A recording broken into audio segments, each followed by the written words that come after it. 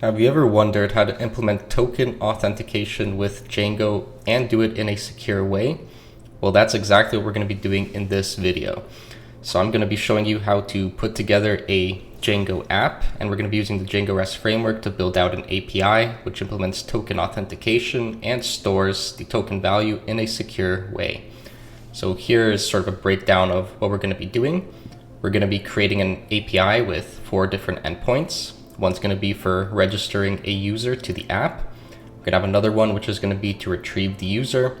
We're going to have another one which is going to give the user the token. And we're also going to have one for logging users out. So this is how the overall flow is going to end up working.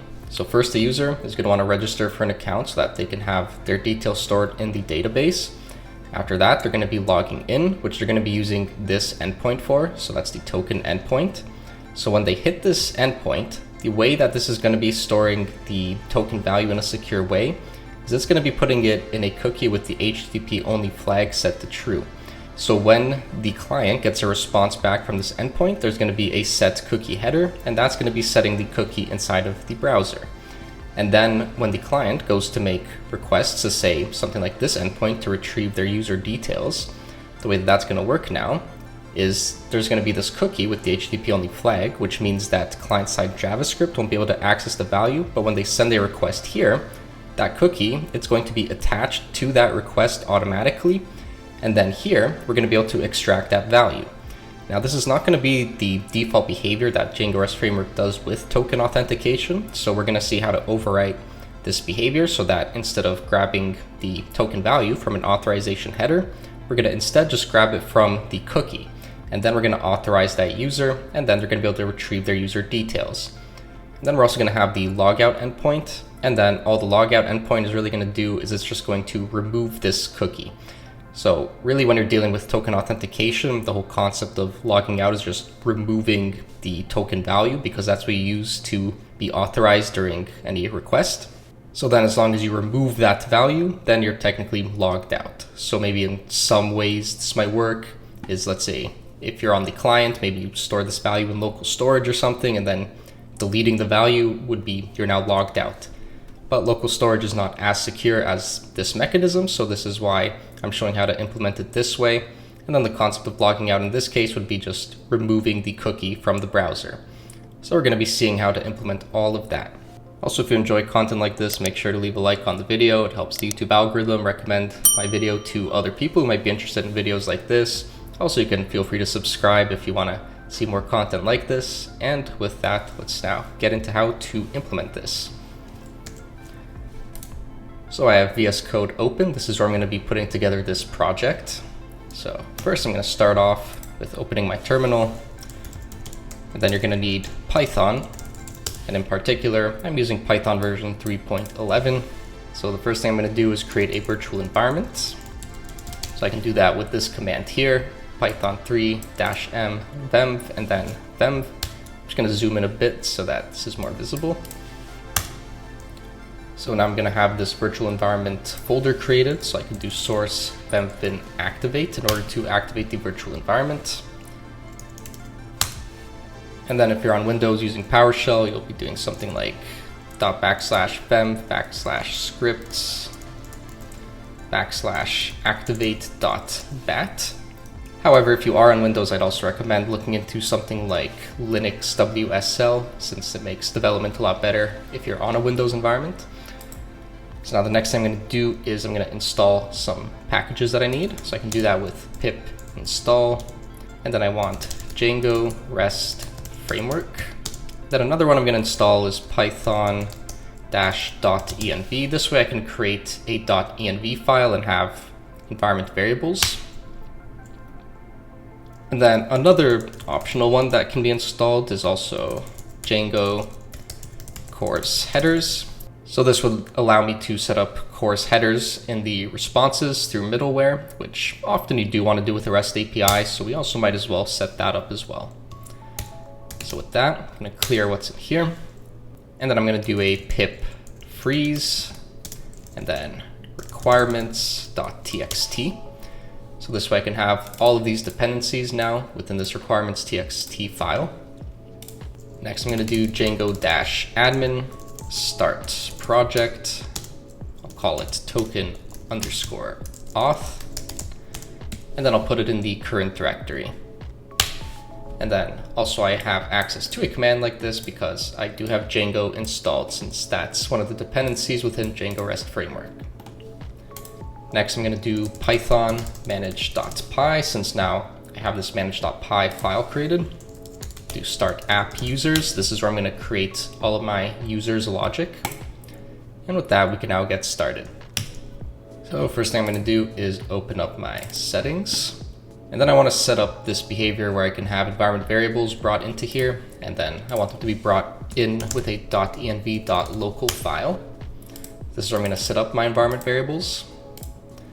And then over here, actually maybe above here, I'll do from OS, I'll import get env and path. These are going to be two things that I need. And I'm also going to import .env. So these are going to be, well, in particular, these two imports I need to set up bringing in these environment variables, and then this is the one I'm going to be using to retrieve these environment variables. So below here, .env file is base directory .env.local. So that's going to be the path to this file here. And then if path.isFile .env file, then I'm going to do .env.load.env, and I'm going to load the .env file.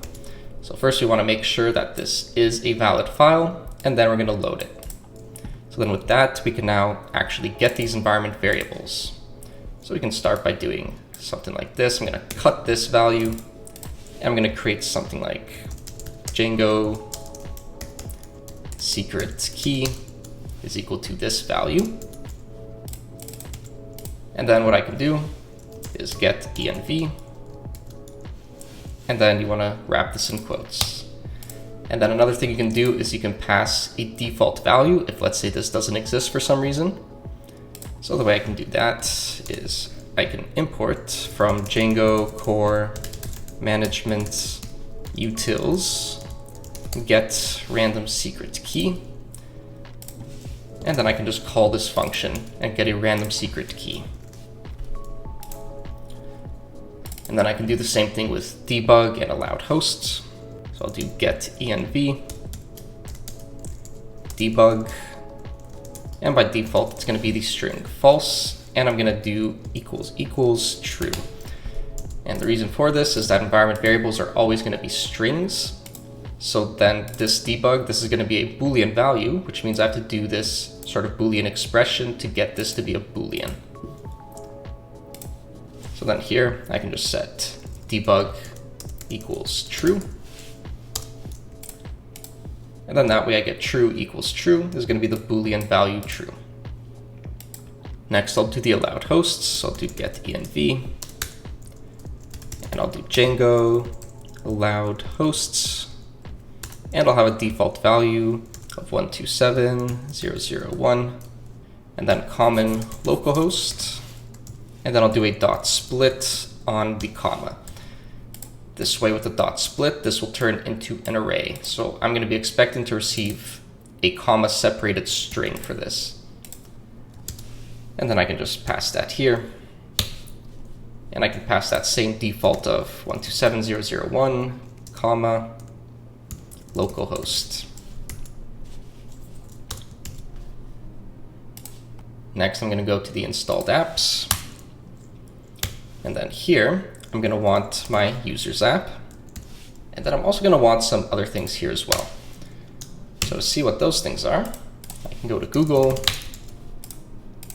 I can search for Django REST Framework. Then open this up. And I'm also going to want Django course headers, which is going to be this right here. To get that set up, you can just scroll down. You can see what you need to install, and then what we have to put in the installed apps. So I'm going to want this here. And then you can optionally pass this if you want the browsable API. And then you also have the REST framework setting, where you can set things like default permission classes, and I'll just use what the default is. And then the next thing I want to take a look at is authentication. And then within here, we want token authentication. So I'm going to need this in my installed apps to enable token authentication.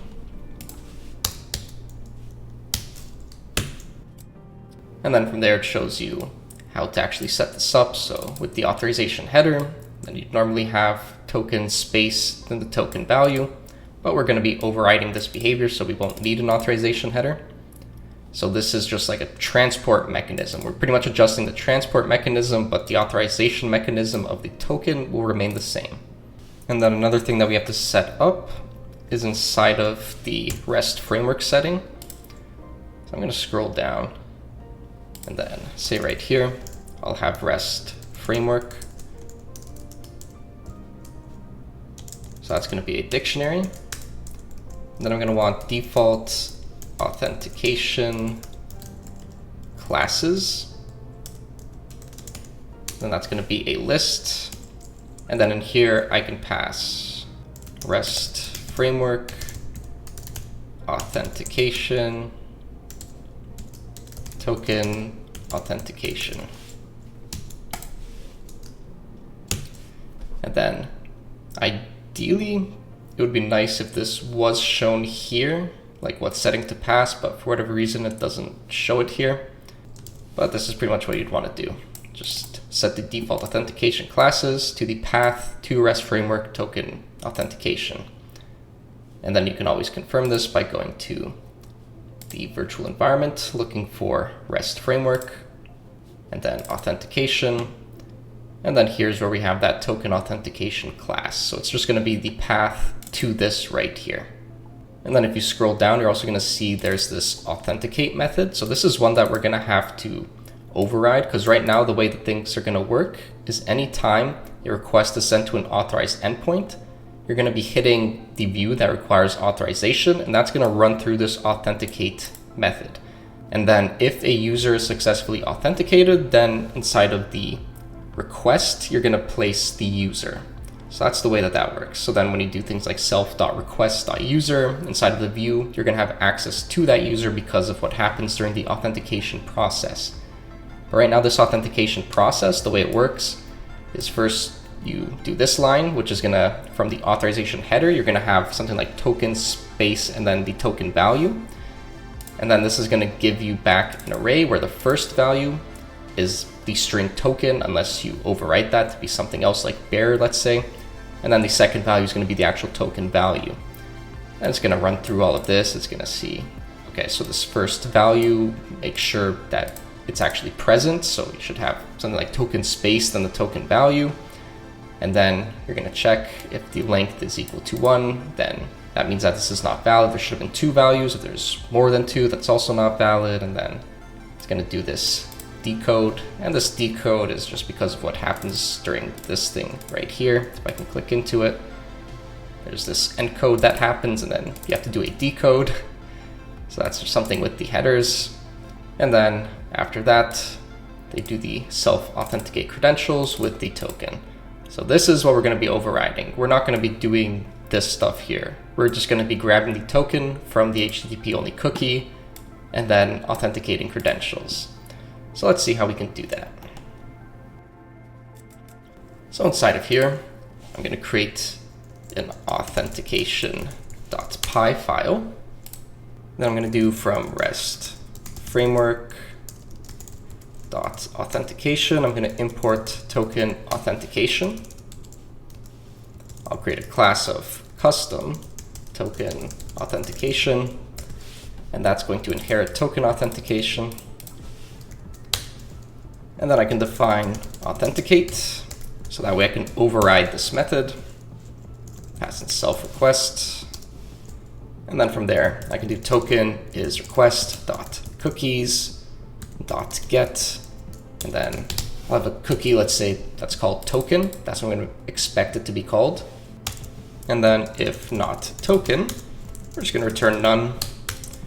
Otherwise, we're going to return self dot authenticate credentials, just like we saw inside of the method before, and then authenticate token.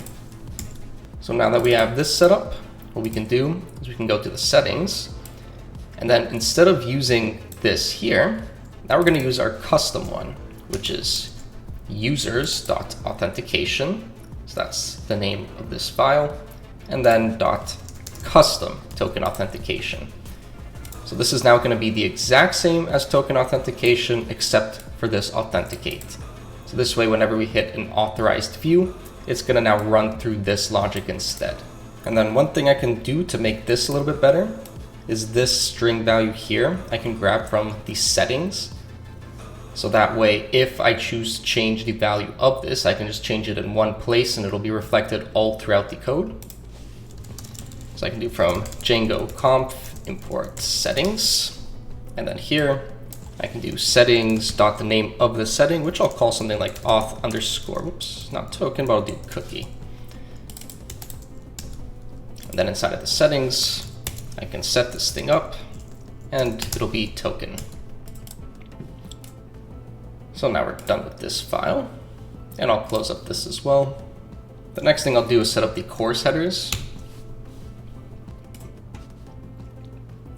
So we've already installed Django course headers. Next, we gotta put this in our installed apps.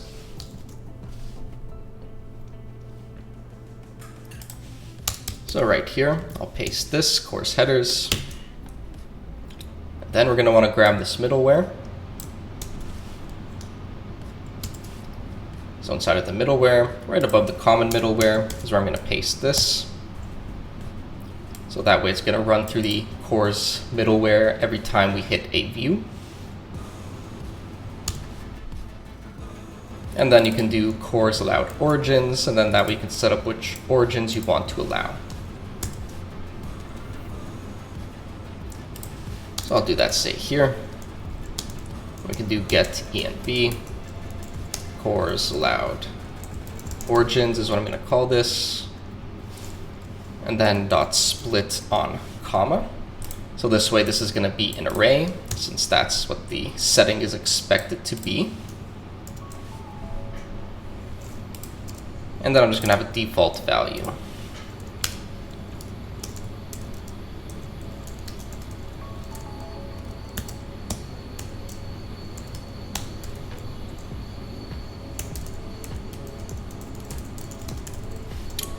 So the default value I'll have is something like this here.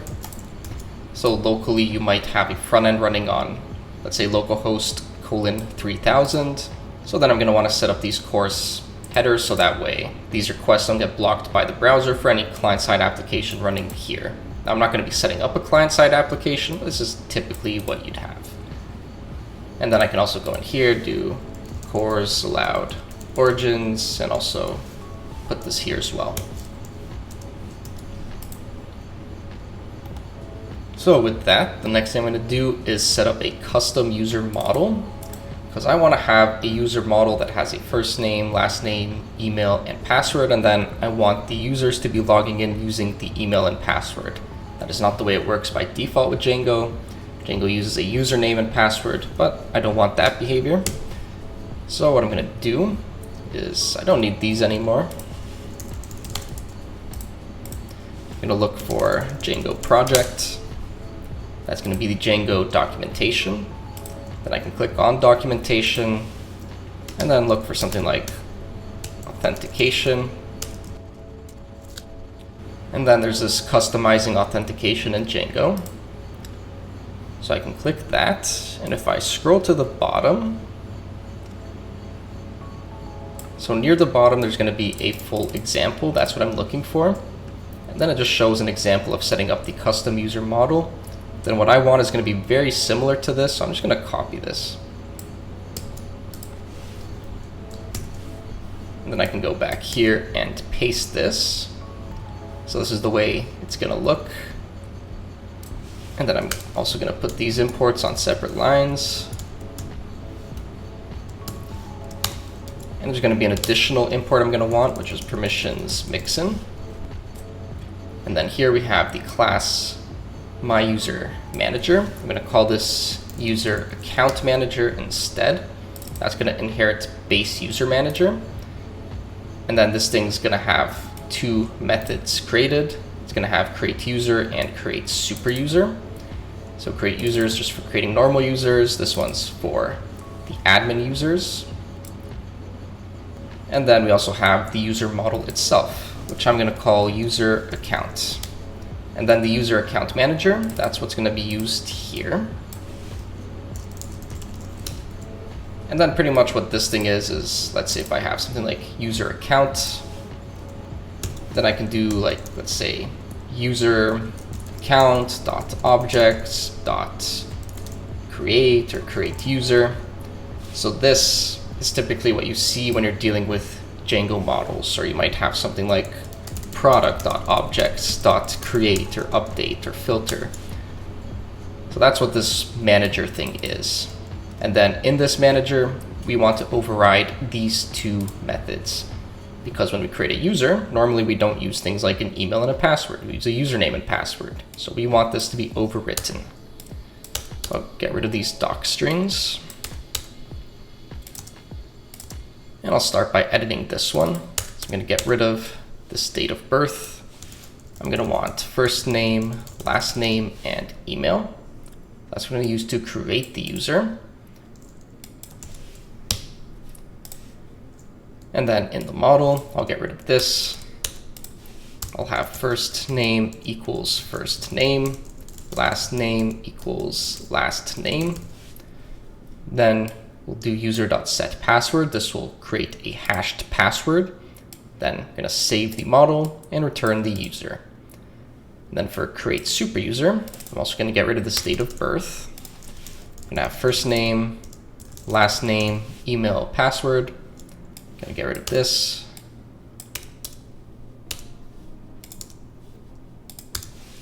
And I'll have first name and last name. So I'm going to be calling user.createUser, which is this right here, passing in the values that I expect right into here. That's going to return the user because we return the user here, so I can grab that. And then I can set some additional properties and save. So here we're doing user.isAdmin. Instead I want to do is staff. And I also want to do is super user. So is staff lets a user log into the Django admin panel, and then this gives super user permissions to the user. So that's what I want to do instead. And to have that working, I also have to inherit that permissions mixin import that I imported above. And then user account's going to be inheriting that. So next we got the fields. So I don't want date of birth here. I also don't want this is admin. I want is staff. And I want is super user. Both of those are going to be false by default. Is active is going to be true by default, meaning that the user account is active, meaning that they can actually log in. And then we got email. So I'm going to get rid of this verbose name. And I'll put unique true first. So emails have to be unique. I'll have first name, models.char field, max length of 255, and I'll have last name.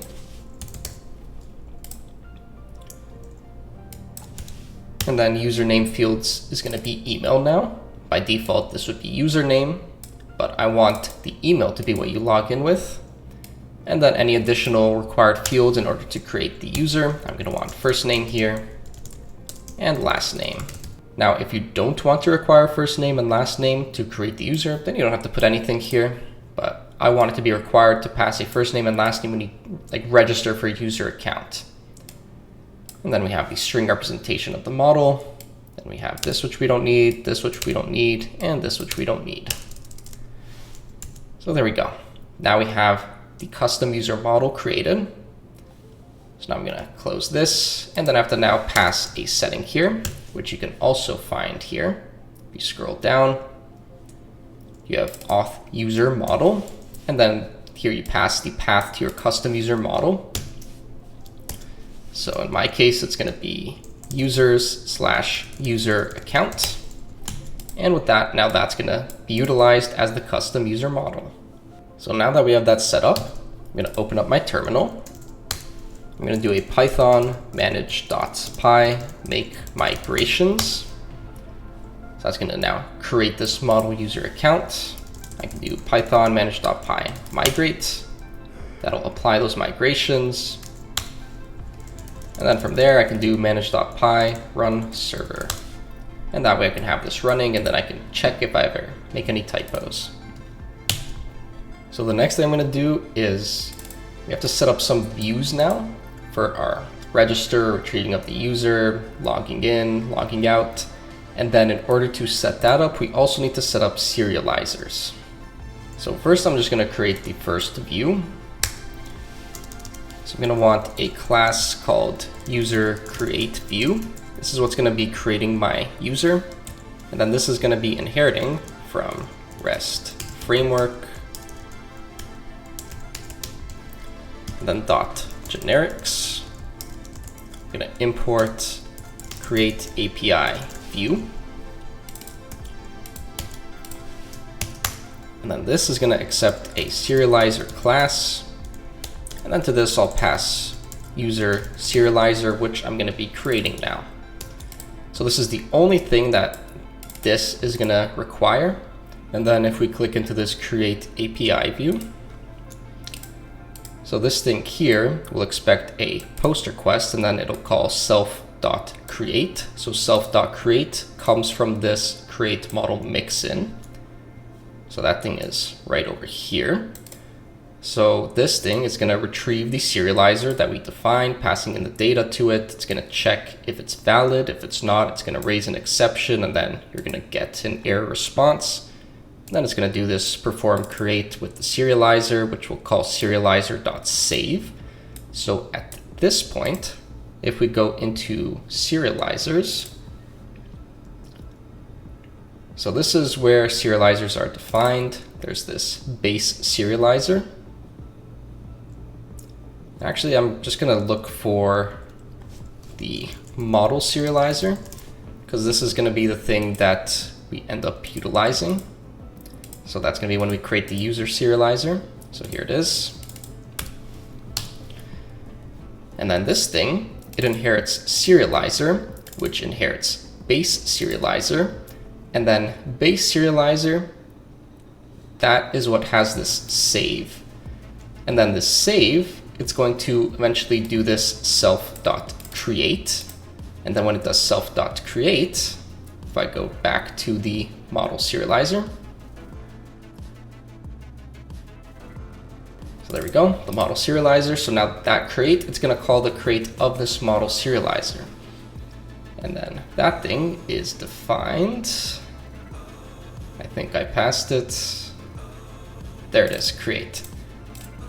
So we have the model serializer, create, and then this thing, it's going to end up doing the model.create, passing in the validated data. But that's not exactly how we want this to end up working in our case, because when we create the model for the user, we don't want to do something like user objects create. Instead, we want to do like user objects create underscore user. That's the method that actually creates our user. So it's going to work a little bit differently, which means we're going to want to override this create. So that's the whole flow. And if it's confusing, then just go through this whole part one more time just to really see how the whole flow of this works. But this is one of the confusing things with Django, because Django has a lot of functionality behind the scenes, which makes it like super easy to set up a view. Like for this thing, it's literally 2 lines of code to set this up, and now I have a post request. But I do have to know what I need to override in order to get it to work the way I want. So with that, now I'm going to do from .serializers import user serializer. And now I have to create this serializers file, which I'm going to create in here. I'm also going to minimize this stuff and close these files. So I'm going to have serializers.py. So now I can grab from here, and now I have to create the class of user serializer. So I'll do from REST Framework import serializers, and I'll create my class of user serializer, and that's going to inherit serializers.model serializer. The next thing I have to do is set up the class of meta, which you do with the model serializer. And then the model, this thing is going to be equal to the user model. So what I can do is maybe above here I'll do from Django contrib auth. I'm going to import get user model. And then I'm just going to call this method that will get my user model. And this is a nice way to do it. So if I ever, let's say, go into here and I want to maybe rename this thing, then I don't have to go everywhere where I define the user model and then rename it. I can just rest assured that this get user model function, it's just going to get my user model correctly. And then from there, I can define fields. I'm going to have first, oops, this has to be an array, and then first name, last name, email, and password. Those are my fields. And I'm going to have extra underscored keyword arguments. It's going to be a dictionary, where I pass password, and then I can set some properties on this password field. So I want it to be a write only field, which I can do with write underscore only set to true. And I can also set something like a minimum length of, let's say, 8 to be required for this password field. And then with that, I can now define create, because this is the function we want to override. So this takes in self and validated data. And then I'm going to return get user model dot objects dot create user. And I'm just going to pass in the validated data. So there we go. So with that, now I have this set up, which means now I can create a URL endpoint and actually test out creating a user. So I'm going to create a urls.py. And then I'll do from Django.urls import path. Then I'll do URL patterns. It's going to be my list where I set up a path, which I want register slash. And this is going to grab my user view. So the user create view.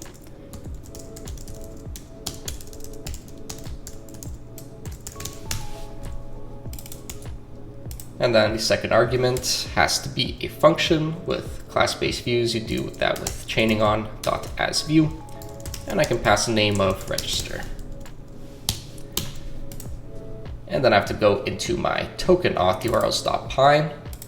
And then I'm going to want to import include. And then set up a path of API/users/ and then include users.urls. So this way I have an endpoint set up, which is going to be API/users/register/, and then that it's going to utilize this user create view. And that's going to pretty much give me the logic to create a user. So let's test that out. I'm going to check my server. Looks like everything's good. So I can open up something like Postman and send a request.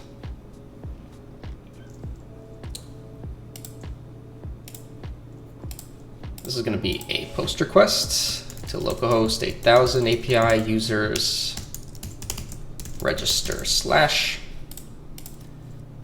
Going to have content type application JSON, and then I'm going to send data. And if I send it as is, we're going to see that create API view that we're inheriting ends up giving us all of this validation logic, which is pretty nice. So I see first name is required. So if I pass first name and just leave it as blank, send that, I'm going to see this may not be blank. These are still required. So I have all of this nice validation happening for me, and I don't have to set any of it up. So I'll do John, and then last name will be Doe. And then I'll do email. And I can do something like John, and then password will be pass. So now let's see what happens with this. So I see email, enter a valid email address. So I have validation for this requiring to be in the form of john@gmail.com. I send this now. I still see ensure this field has at least 8 characters. And that was because of what we passed inside of the serializer. And we had min length of 8. So now if I do something like password and I send that off, now it creates it. And I also see I didn't get the password field back because it's a write-only field. So there we go. Our register works. So now that we have the registration working, the next thing we're going to have to do is retrieve a token. And then once I retrieve a token, then I can retrieve the user because I'll be authorized to do that. So let's work on that. I'll do class custom obtain auth token view. And this thing is going to inherit. I'll do right below here from REST framework .auth token .views obtain auth token. So I'm going to inherit this. And then this thing here, we're going to be inheriting and then overriding the post. So pretty much what I want to happen, if I go back to that diagram I created, when I hit this endpoint, I want to have a set cookie header, which is going to have the cookie, which is going to have the name token with the value and the httponly flag along with some other properties I set. So this way, when a user who's on like a browser sends a request to this, then by having that set cookie header, it's going to set the cookie in the browser with whatever I have defined here. So there is no logic for doing that within here, which is why I need to override this. So that is why I'm doing this. And then also I'm writing this inside of serializers.py, which is not where I want this. I meant to do that in my views. So let's move this logic over. And then I'll import that here. So there we go. Now that we're in the right file, let's continue. I'll have serializer class, auth token serializer. So this is going to be a serializer class that I create. And then this thing is going to inherit serializers.serializer. It's not going to be the model serializer. So the model serializer, it's tied to a model, like let's say in our case, the user model. This thing's not going to be tied to anything like that. It's just going to have some validation that we're going to override. So I'm going to have email is serializers.email field with a max length of 255 and password. And that's going to be a char field with max length 255 and trim white space will be false. So pretty much whenever someone hits this token endpoint, they're going to be passing an email and a password in the data. And then that's what I want to have some validation around. Also, this trim white space means don't trim from the end of the character field.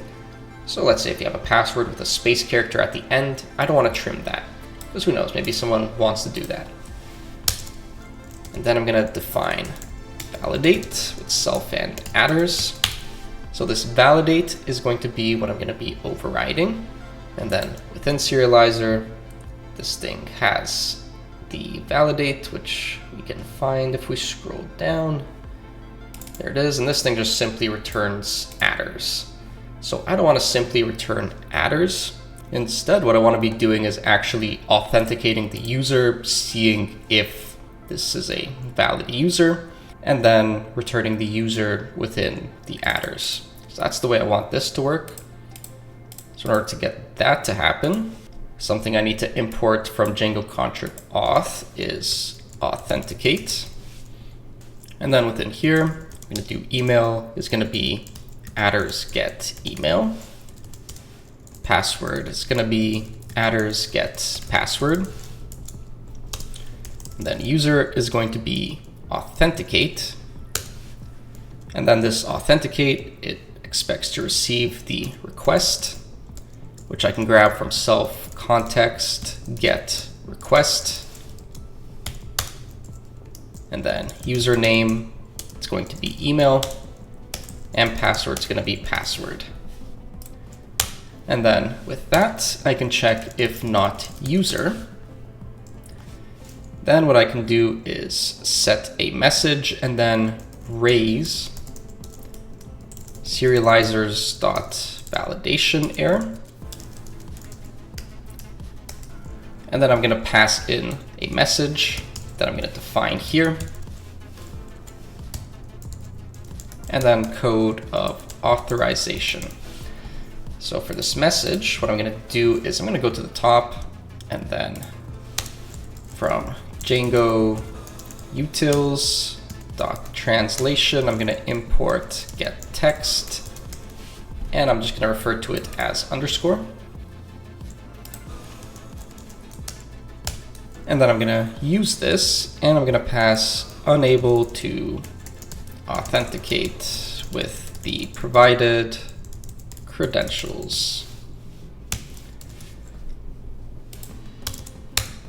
And then by passing this, then Django, it's going to do its thing and return an authorization error response. And then I can do adders user is user, and then just return the adders. So there we go. With that, now I can import this auth token serializer and utilize it here. And then the next thing I got to do is just override that post. So I can define post with self, request, args, and keyword arguments. And then I'll do response is the super methods post. And I'm going to pass in all of these values.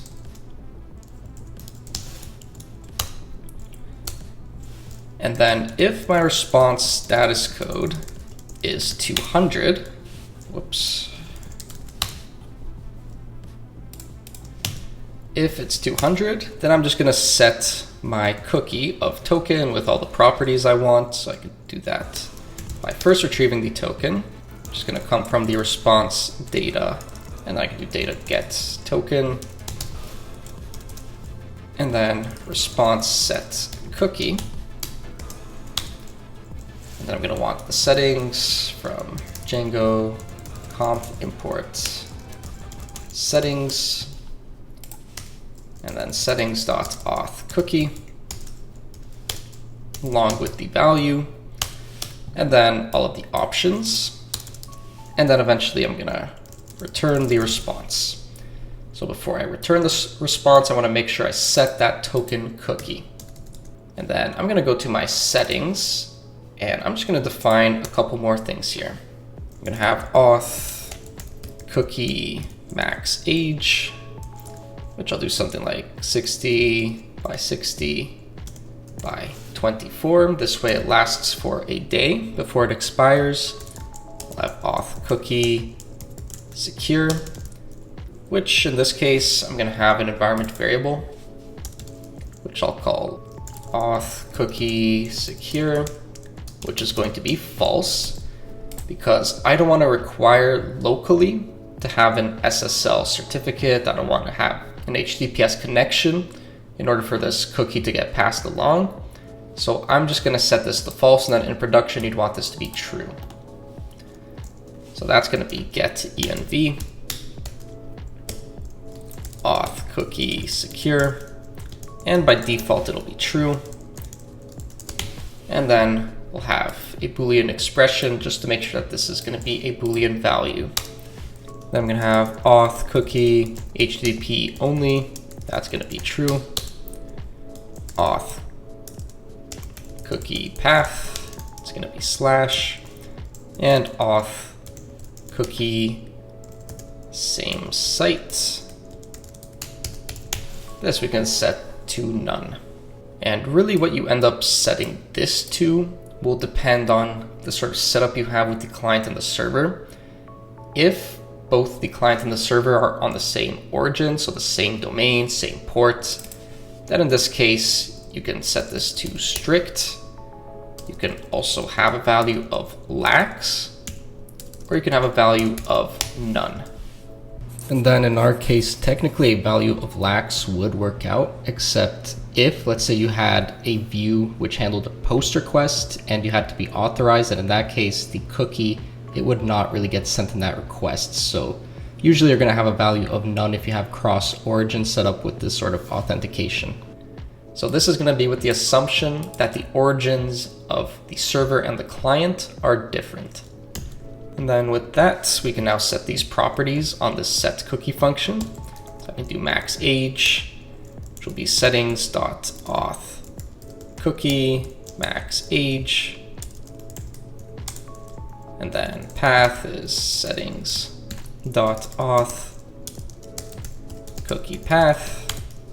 And then secure settings.auth cookie secure HTTP only settings.auth cookie HTTP only, and finally same site is settings.auth cookie same site.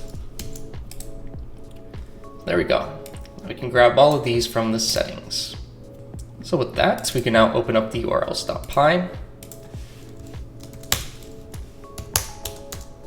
And then I'm going to import this view I just created, which was custom obtain token view. I'm going to create a new path, which I'll do token slash. Then I'll do custom obtain auth token view.asView and set a name of token. So with that, we should now be able to test this out.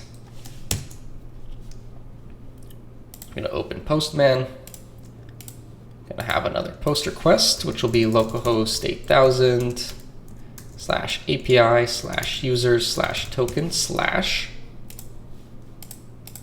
Going to have content type application JSON,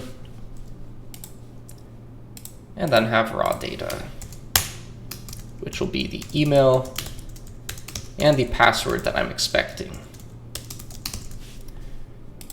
And then I also want to make sure I have nothing in my cookies. And then I'll do johndoe@gmail.com. I'll set an incorrect password. And then here we go, unable to authenticate with the provided credentials. So if you remember, that's what I set up in the serializer right here. So when it throws, or when it raises this validation error with my message, then this is what I end up seeing. Now if I put in the correct password, then this still ended up failing. So here we have John Doe, and here we did john@gmail.com. So that's why that failed. This should be John. And now we got an attribute error, which means we must have done something wrong in the code. So let's see what it is. And it was a typo on this auth cookie path. So let's fix that. You probably saw me do that. So auth cookie path. So fixing that. And let's send that again. And this time we get back the token in the response. But more importantly, if I open up my cookies, now I see I have this token. So token is equal to the token value. I have the path, the HTTP only flag, expires. So all of that got set, which means now on the client, I would end up actually having this set in the browser. Also, if we look at the headers, there's a set cookie header, which has this value. And that's what would actually end up setting this value in the browser. So there we go. Now we have token authentication here, and we have a secure way of storing it. Now the next thing I want to do is create logic for retrieving the user. So back to the code. I'll do that logic, say, right here. So I'll call this user retrieve, maybe retrieve update view. So this view is going to allow me to both retrieve and update the user. Then from the generics, I'll bring in retrieve update API view.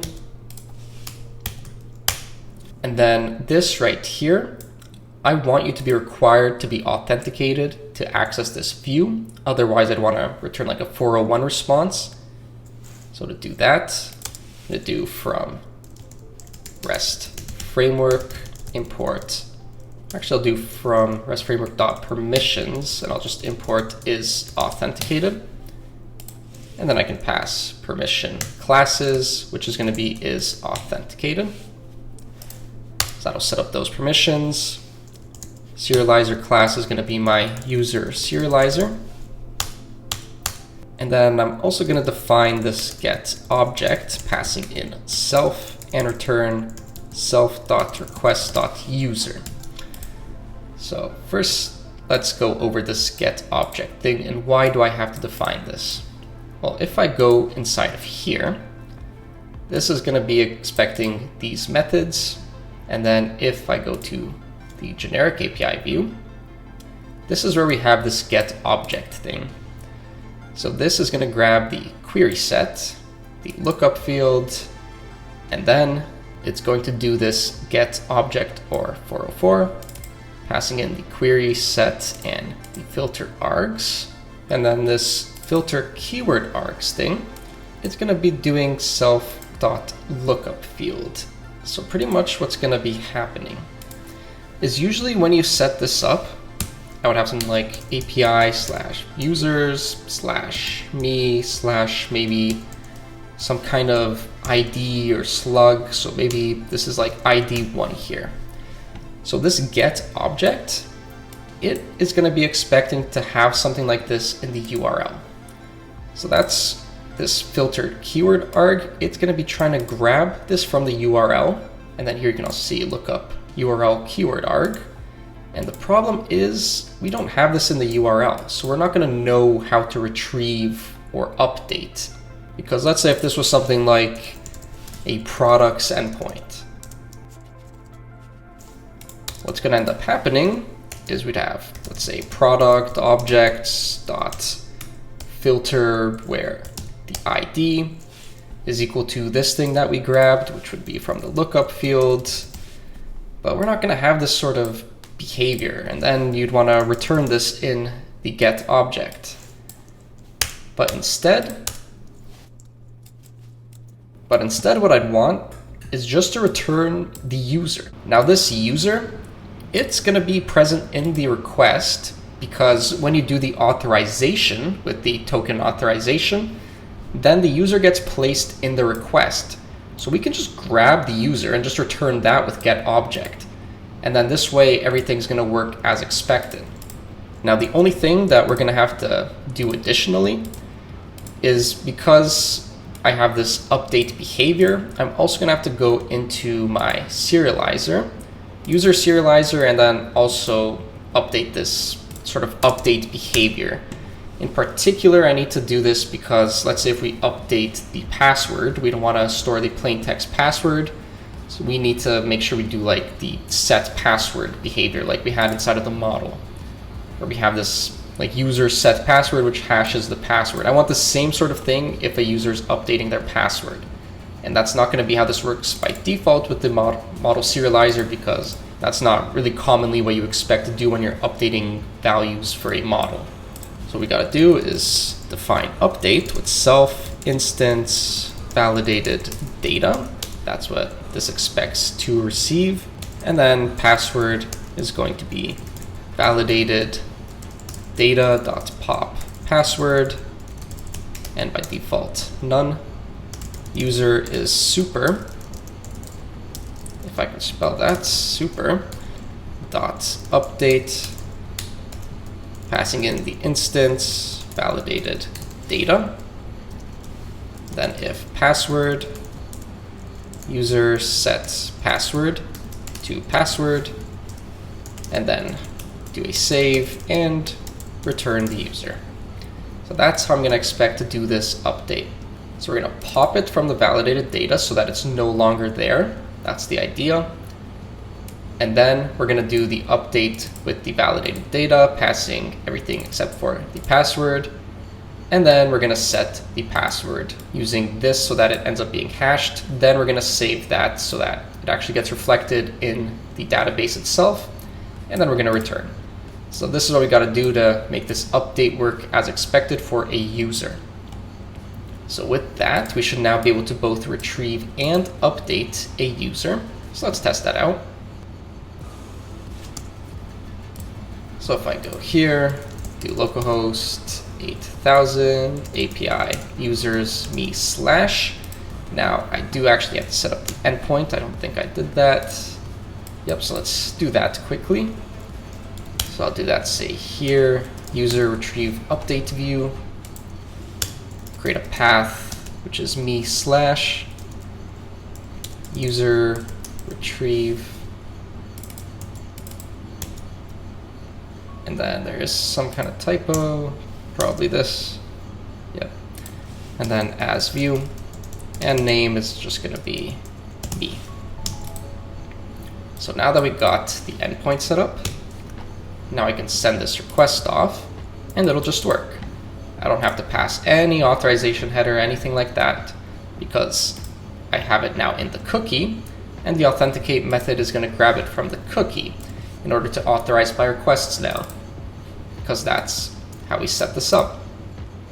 It gets the token from the cookies and then it does the authenticate credentials with that token that it gets from the cookies.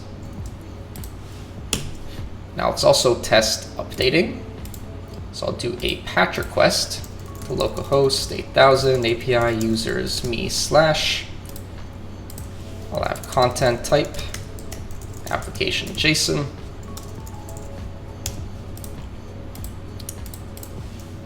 And then I'll update the email to, instead of being john@gmail.com, it'll be johndoe@gmail.com. You can send that off. And there we go. Now it got updated. Which means that if I were to go here to try to retrieve a token, and then if I were to send this, unable to authenticate because now I updated the email. So there we go.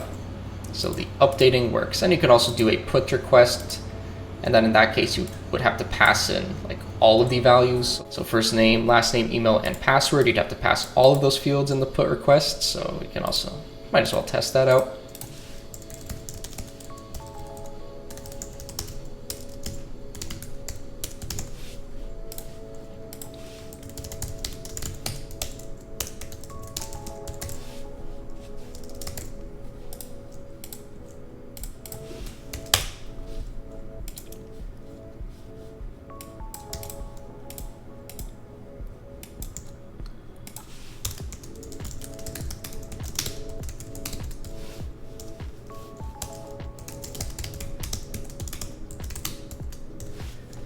So if I did something like this, I would see password is required. So you have to pass all of the fields if you're doing it this way. And then I can do something like update the password. So in this case, let's see if that worked. If I now try to retrieve a token with the old password, it doesn't work. If I pass this new password, let's see if it updated correctly. And indeed it did. So perfect. Our updating now works. So the final thing is just the logout. So I'm gonna close these things, and then at the bottom, I'll do class of logout view. And in this case, I'll use an API view. So I have to import that from REST Framework views import API view. I'm also going to want from REST Framework dot response import response, and also from REST Framework import status. And then here I'm going to define a post with self request args and keyword args. And then response is going to be a response with the status of status.http 200 OK. Then I'll do response.delete cookie, passing in settings.auth cookie, and then just return your response. So this is all you got to do to delete a cookie. And because this is something very custom that none of the abstracted views have, that's why I'm using this API view. You typically use that if you do something like very custom like this. And then all I got to do is set up the endpoint now. So logout view, create a path of logout slash, and then just set up the logout view as view, as well as the name. And with that, now let's test out logging out. It's going to be a post request to localhost 8000 API users logout /. And then what I expect to happen is right now I have this token cookie. When I send this, I expect that to not be there. So send the request, 200 OK. If I look at my cookies, there's no longer a cookie here, which means if I try to do things like retrieve my user, then I'm not authenticated. But now if I go here and I re-authenticate, now I'm going to have a cookie here again, which means that I can do things like retrieve my user. Here we go. Retrieve my user, log out. Now I can no longer retrieve the user. So there we go. It all now works. So we've implemented token authentication, and we've stored the token value in a secure way by using a cookie with the HTTP only flag. So that way, if this is used on the client side, then client-side JavaScript won't be able to read the value of this token. And one of the downsides of token authentication is that you have to store this token value in a secure way, but we've circumvented that by doing just that, securing this token value in a secure way. So that's going to be everything for this tutorial. If you've enjoyed this video, make sure to leave a like on the video. It helps the YouTube algorithm recommend this to other people who might be interested. Also, make sure to subscribe if you want to see more content like this, and I'll see you in the next one.